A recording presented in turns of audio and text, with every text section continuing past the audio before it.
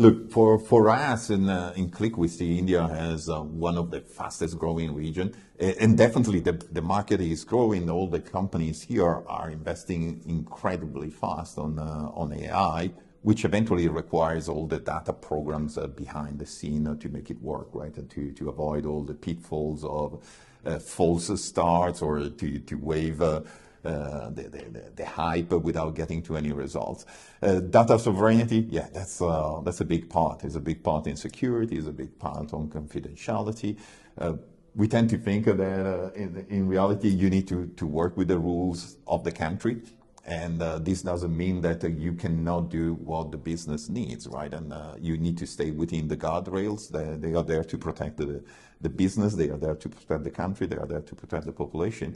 But still, the pressure on evolving the business, on taking advantage of the modern technology, how faster can you progress, are still there, even in India, and mostly in India, I would say. Yeah.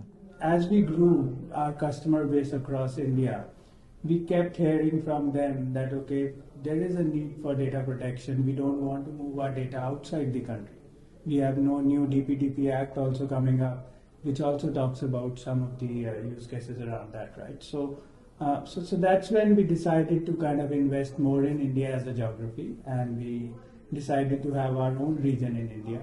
AI, when done with human oversight, amplifies the results of the whole investments, right? So AI is never going to work alone.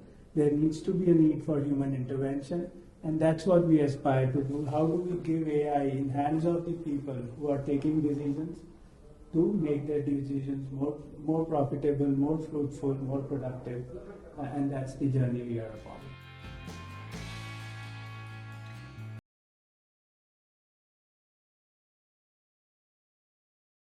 We can start from our recent statistics, right? India is very much up there. A lot of investment around AI, a lot of challenges around AI, right? We have a lot of projects that they start and they fail to deliver the expected ROI.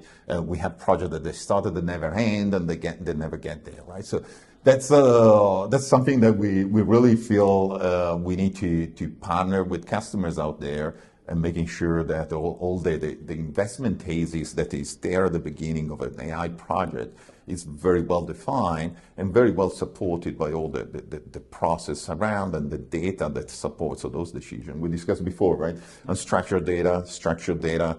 There is a vast gold mine within all of the company here in India to generate efficiency. Right? And then the third one, we want to accelerate the cycle of innovation. We cannot miss the train of the AI because we will just be left behind. Right? India is absolutely on this same track. Companies are innovating. Companies want to be more customer friendly, and company wants to be more innovative.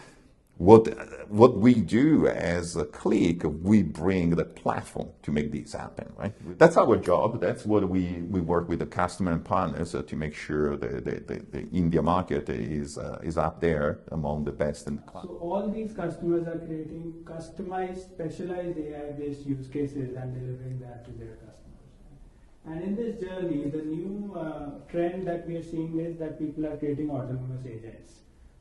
They are creating agents which are kind of AI-driven, which helps automating the process and taking the decisions on its own, and hence adding value into the whole value chain that's been getting delivered. So that's one big change that we are seeing when how people are using AI within their domains.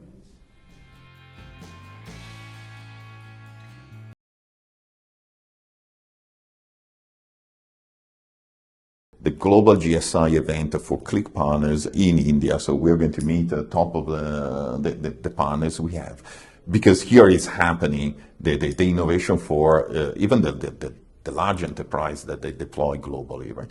So those partners are fundamentally they are consulting the big enterprise, the finance, the manufacturing, the automotive, and the like, because everyone is in the same troubles. There is a big hype around AI. It was 3 years ago, it was all about Gen AI. Today is all about agentic AI. And and everyone wants to be on the wagon, right?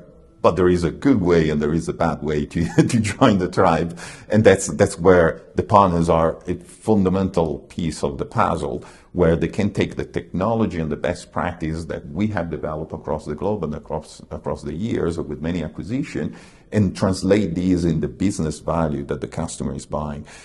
We are past the hype. We're past the hype of where a company had to say to the market, we are using AI. Now the companies, they are using AI and they want to say we are getting a results with AI, right? So that's a gigantic difference between a marketing claim and the real business claim, right? And when we talk about the ecosystem, going a little bit deeper into it, we kind of categorize partnerships into three key areas, right? One is global system integrators, which help our customers deploy these data and AI solutions at their places based on the business use cases that they have. Second is technology partnerships with players like Snowflake, Databricks, AWS, Microsoft, etc. How do we collaborate with them to kind of give solutions to our customers which are kind of cohesive in nature, which works together with each other, right? So there are partner engineering teams across both sides of organizations. We work together, develop some solutions together also. We kind of keep understanding each other's roadmaps and add value to each other's roadmaps also. Just to kind of give you a perspective on our latest acquisition that we did, we acquired a company called Upsolver, which is into the optimization of open lake houses. So I was going through the CIO&Leader article where Mr. Akash Ambani talked about the power of open source in the AI world, right? So it is the first time we are also seeing the power of open source in the lake house and the warehouse world also through Iceberg. We acquired a technology called Upsolver, and we are integrating it within the Qlik ecosystem, which kind of optimizes the whole Iceberg deployment around the open lakehouse architecture. So this is how we kind of work with our partners to create solutions which are solving a problem that our customers are facing. Second key partnerships are our OEM partnerships, right? So we work with some of the product vendors and we integrate our software with those product vendors. So this is how we are working with the various partner ecosystems to kind of derive that value. It's not only an event where Qlik will talk about their story, it's an event where we all get together and kind of talk about the story, where how we work together to derive value for it.